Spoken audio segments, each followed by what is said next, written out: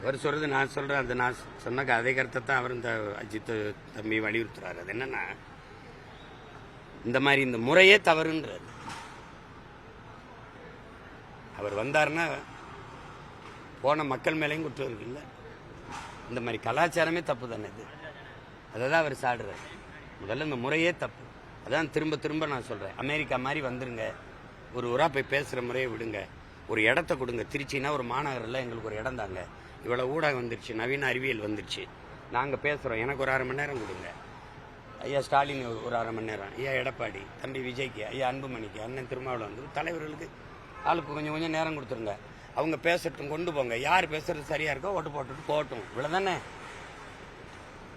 இது ஒரு அநாகரிகமான கலாச்சாரமாக தான் இருக்குது. அதை ஒழிக்கணும். அமெரிக்காலாம் மற்ற நாடுகள்லாம் இப்படி இல்லை, ஐரோப்பிய நாடுகள்லாம் இப்படி இல்லை. அவரோட துறையில் 800 கோடி ரூபாய் ஊழல் தமிழக அரசு வழக்கு பதியாம இருக்கு. அது எப்படி அவங்க அமைச்சர் மேல அவங்க வழக்கு பதிவாங்க, நீங்க எப்படி எதிர்பார்க்குறீங்க? இதெல்லாம் எல்லாம் தெரிஞ்சுக்கிட்டே என்னை கேள்வி கேட்கறது. சரி, இப்ப பிரதமர் வந்து தேர்தல் பிரச்சாரத்துல தமிழர்களுக்கு வந்து தமிழகத்தில் ஒரு வன்முறை பீகாருக்கு எதிராக அப்படி பேசுறாரு. அதே போல ஒரிசாவில் வந்து திருடர்கள் அப்படிங்கிற அடிப்படையில் பேசினாரு. இது எல்லாத்தையும் தமிழிசை அண்ணாமலை எல்லாருமே வரவேற்று பேசிட்டு இருக்காங்க. உங்களோட கருத்து என்னவா இருக்குது? என்ன சொல்றது, எங்க அம்மாலாம் பேசுறது கஷ்டமா தான் இருக்கு. ஏன்னா அவங்கள தமிழிசைன்னு எடுத்துட்டு ஹிந்தி சங்கீத்துன்னு வேணா வச்சுக்கலாம். ஒரு தன்மானமிக்க எவன் இதை ஏற்பான்?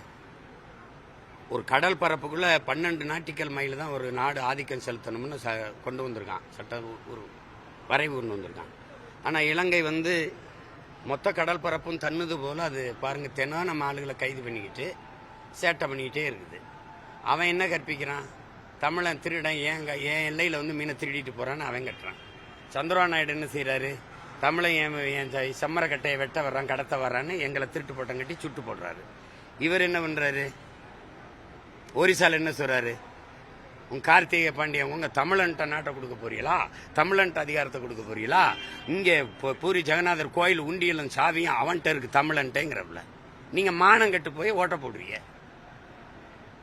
நான் என்ன கேட்கிறேன், இது நீங்க வீர திருமகன், நீங்க நாட்டின் பெரிய தலைவர், மதிப்புமிக்க தலைவர், இந்த ஊர்ல வந்து ஒரு தடவை சொல்லுங்க, இங்க வந்து நின்று சொல்லுங்க. அதையே தமிழர்கள் பீகாரியரை ரொம்ப துன்புறுத்துறீங்க நீங்கன்னு ஒரு தடவை பேசுங்கன்ற.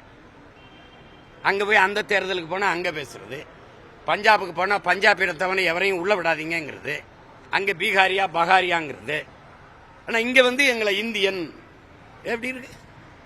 ஏன்னா நான் மானம் கட்டு போயிட்டேன்ல. சரி, கார்த்திகை பாண்டியன் எங்கால நீ எப்படா நீ வந்து நீ இப்படி சொல்ல என் தமிழன் ஏதோ கோவப்பட்டு ஓட்டு போட மாட்டியல சொல்லுங்க.